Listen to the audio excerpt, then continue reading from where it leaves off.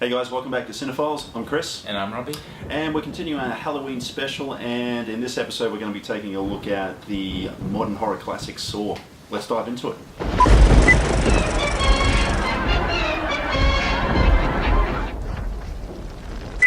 Hear the music.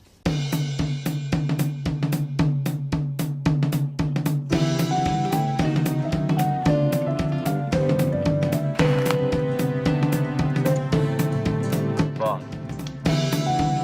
James Bond. Here's Johnny.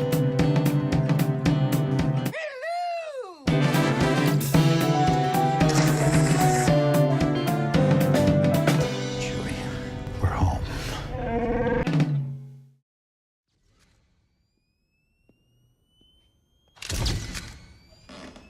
Someone there? I can hear you. Who is that? Who's in there?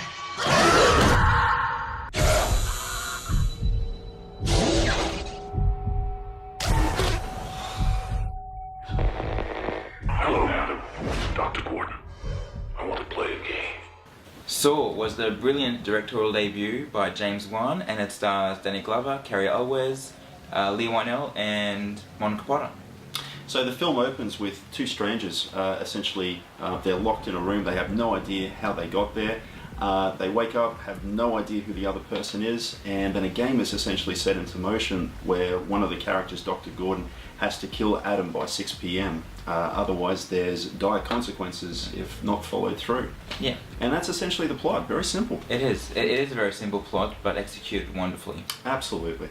As I already said, this was James Wan's big debut, and oh man, what a stunning debut. Yeah. This is fantastic. It actually, you guys probably already aware of this if you're clicking on this video, but it originally started as a short with James Wan and Lee Wynell essentially writing it. It was a 14-minute short, and then it was picked up, turned into a feature film.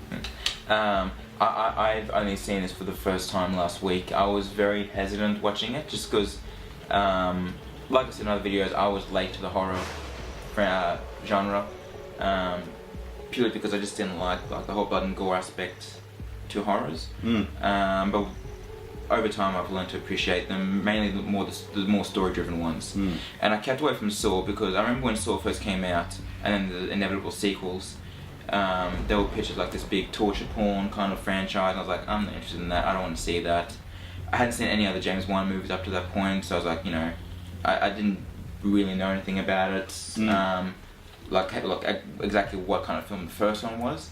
The sequels go down the torture porn route, which I didn't like. It's the problem that I have essentially with you know, the way that those sequels went in that torture porn sort of genre. I was talking to somebody yesterday about this film, right? And I said, I'm actually reviewing Saw tomorrow, and the first thing that he says, it's a torture porn film. And I'm like, that's the problem that I have with this because of these sequels. The first Saw has nothing to do with torture porn. There's not much gore at all. Yeah, I think James Wan, I might be wrong, but I think James Wan's actually said that he isn't happy of the direction the sequels went down, because it's branded this series as this torture porn thing.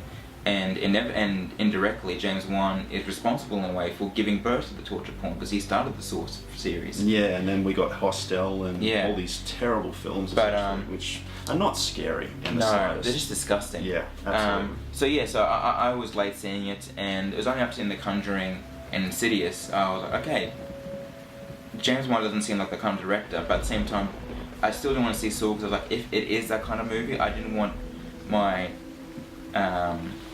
respect for James Wan to be tarnished by that. But I was like, okay, I'm going to finally see it, see what it's like. Half an hour into this film, I was so impressed, because like this is more, well, it's not more, it is a psychological thriller. Right. There's hardly any blood or gore in this entire thing. Yeah. It's not overdone. No. You know, and it's done with the absolute right amount.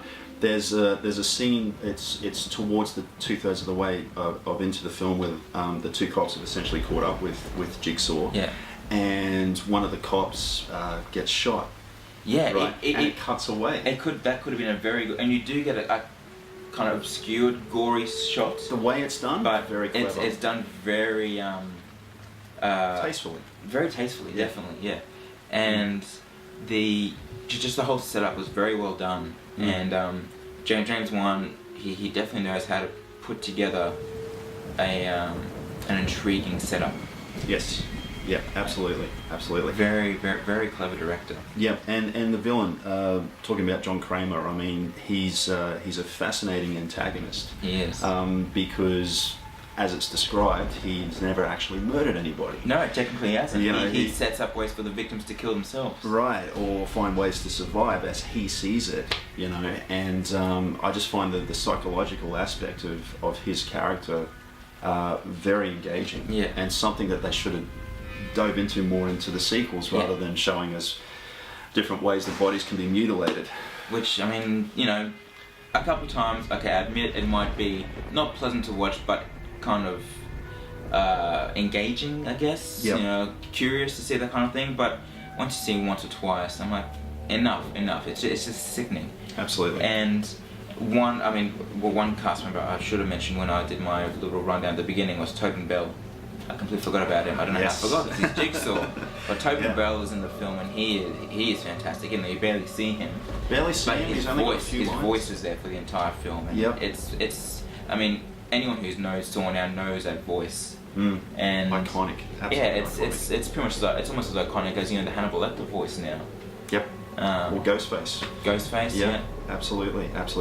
Yeah, he definitely makes an impact. Yeah. And you know, you do get more of that character essentially in the sequels, but it was all handled so masterfully in this first film. And you know, James Wan, Lee Winnell, they really knew what they were doing right off the bat. Yeah. And you know, I definitely consider this one to be a modern classic, modern horror classic in many ways. Having seen it now, I can see why people say that. Yeah. Definitely. Yeah. I knew you'd like it, man. That's the thing. I was talking this film to this guy for a little while. Yeah. Talking you into seeing it. Yeah. But, I'm glad I finally saw it. Yeah, man. And I am curious to see the new Jigsaw, see what it's like, see if it's different from the sequels, or I've only seen up to number 3. Yep. So I kind of like the original trilogy that was kind of happening, and then they went down and just kept adding on, from what I understand. Yeah, that's right. There's more exposition essentially around so, it. like I said, the first one thing is brilliant. Second one was a decent enough sequel, I thought. Yeah. Third one, while I thought the story was pretty intriguing, just it started going down that torture porn thing, and it lost me halfway through. There's a message in the third one about forgiveness and, you know, forgiving sins of the past and things like that, but it gets muddled in with all this gore. Yeah, and I mean the twist at the end of the third one was very, very clever. There's a couple of twists actually in the end of the third one. Yeah. Which the last 10 minutes definitely picked up for me, but the rest of it just didn't do it. But the first one was very, very clever use of knowing where to hold back. Yep. But the bits when you need to show those more gruesome moments, you know, James Wan knows when to go that extra mile. Absolutely. I mean, you know, you were talking about twist just before, and I gave the thumbs up. It's because of that twist in the first one. Yes. Like, it's so simple, but we did not see it coming. We didn't even expect a twist. No. That. You know. We'll reveal the twist in a few minutes when we get to spoilers. Yeah. If you haven't watched the film, seriously stop what you're doing right now. Stop this video. Come back to it later. Go and watch Saw. Yeah. Yeah. Take it from someone who held back from watching this movie for years, and now I'm like, why did I hold back? all these years I've been missing out on it. Yeah, that's it. Yeah, go watch it. Even if you're not a horror fan, it's not really a full-on horror. It's horror elements. The horror Psychological elements. thriller, yeah. It's more like a very gruesome version of kind of like a cop thriller almost. Yeah, in many ways a detective story. Yeah, detective story.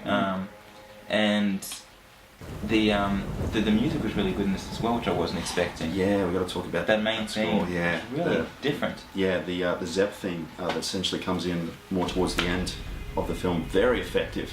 It was essentially added to in some of the sequels. You know, more synths, up tempo, a little bit more layering essentially going on, but the main melody is very effective. And yeah, it's a great score. Yeah. And the other thing I like about it was for me, especially coming from someone who wants to do filmmaking, it was interesting seeing all the corners I had to kind of like get around. They're on a strict budget. In terms of making this film, because they were on it was like $1 million, I think, wasn't it? Yeah, something about around $1 million, which is not much when you think about it. No, it sounds like a lot, but it's not. When you consider, most films are made for 250 million. That's not a lot at all. Absolutely. And I mean, slight inflation, because what was it? It came out 2004? Yes. So they would have been probably shooting around 2003, late 2002, something like that. Yeah. So, I mean, slight inflation costs, but still $1 million even back then. Not much money. No. And it was nice seeing all those little techniques they used to get around that. Like the car. I mean, if you look at it carefully, it's obvious the car, when they're doing the chase, is in a garage or on a set. Yeah, and they're moving it. You don't see Yeah. anything else around it, and it's sped up. And you see like they've obviously used lights to make it look like it's moving. Yeah. But when you're just watching the movie and you're that engrossed in it, you kind of just forget about those kind of things. Absolutely. And I actually thought it was cool. Because the shots really only last a second at most anyway. They're not long. They're not long, and by that point we're essentially ramping up the tension now, to bring it to a close. So a quick shot like that is actually, it works. It worked for me. But they knew what to cut away, they knew what to show, they knew what not to show. Yeah. And I think it worked. Yeah, yeah, definitely. So jumping into spoilers, which is really just the ending. Yeah. So, the bit I was most anxious for, which I knew was coming because I'd seen, I can't remember if it's actually in the trailer or not, but I'd seen clips of it, is Cary Elwes chopping off his foot. But even though you do see a couple of bits where like the saw is making contact with the flesh, it's not really graphic. I watched this again recently, and you're absolutely right. It's not graphic. No. We actually see his reaction more than we actually see the which foot. I think is more disturbing than actually seeing. I mean, it's never nice seeing a limb getting hacked off, but it's not like emotionally draining. It's just unpleasant. It's sickening. Right. Yeah. Whereas here, because it focuses on Cary Elwes' reactions and just the pain and torment it's going through, it gets to you like inside. Yeah, that's right. Yeah. And we're rooting for these characters, essentially. We care about them. We start thinking what we would do in those sort of situations, and we feel for him when he's left with no other choice. His family's essentially in peril, and he's got to get out of there right now. Well, and the thing is that as the audience, we know that his family at that point is actually safe. Yeah, that's right. Because they've already had the confrontation. But he doesn't know that. He doesn't know that. All he thinks is his family's about to die. Yeah. So all he's left to do is just cut off his foot and. Yep. Well, just wait a few more seconds, and you'll know you don't have to do that. Yeah, but it happens, and I mean, great performances all around. Cary's great in it. I thought Lee Winnell was serviceable. But I mean, it's what you expect in low-budget films. Sometimes the writers or the directors have to take a major role. Yeah, absolutely. And he's fine. For someone who's never acted, well, as far as I know, he'd never acted before really in a film. No. Yeah, no, he was good. Yeah. Cary Elwes a couple of times I thought went a bit over the top sometimes with performance. Is that you, Zap, you bastard? Yeah. Only slightly a few times. Yeah. But I've seen Cary Elwes in other films, and that's kind of his acting style. He tends to sometimes do that. Yeah. Danny Glover was Danny Glover. Yeah, pretty much. He was literally, his Lethal Weapon character in this, just a bit more serious. Just a bit more serious at the comedy. Yeah, that's it. Yeah, I mean, he goes a little nuts after he loses his partner and things like that. That would have been really cool to see that character come back and see him explored a little bit more. But funnily enough for me, even though Cary Elwes and Danny Glover get lead credit, Tobin Bell's the one that stole the show for me. Absolutely, and that's what makes this film work, is a great antagonist. Yes. You've got yourself a great villain, you've got yourself a great film. Yeah. And even when Tobin Bell is on screen, he has a voice, and the doll is named Billy? That's right, Billy the puppet, Yeah. Yep. That was creepy. Yep. When you see the head just kind of like awkwardly turn towards camera. Yeah. Want to play a game. Yeah. It's very effective. And I finally get that Winter Soldier, when Scarlett Johansson's like, "Shall we play a game?" I finally get that joke now. All the time I was like, "What movie is that from?" Yep, and now I know. Now you got the reference, man. Yep, that's exactly it. A Tobin Bell Jigsaw is a very interesting character, if slightly flawed. And when you mentioned that scene about Billy the puppet turning on camera, it had me thinking about Amanda's scene and what happens there. Amanda's another interesting character that, Yeah, absolutely, and Amanda plays more of a role in those sequels, and how that all plays out. Yeah. But I was always fascinated by the dead cellmate who has the key inside his stomach. What was his sin? Yes. Why is he there? We know why Amanda's there, but why is this guy on the floor? Why is he here? Has he done anything wrong, if anything? So it does raise itself a few questions to Jigsaw's philosophy and how he goes about, but it's still very interesting psychologically why he does the things he does. Definitely. So those are our thoughts on Saw. Yeah. Star rating, what do you give it? Oh, five stars. Absolutely. I give it 4.5. Excellent. It might grow over time. I've only seen it one time, but 4.5 definitely. Awesome. He doesn't want us to cut through our chains. He wants us to cut through our feet. Don't believe Adam's lies.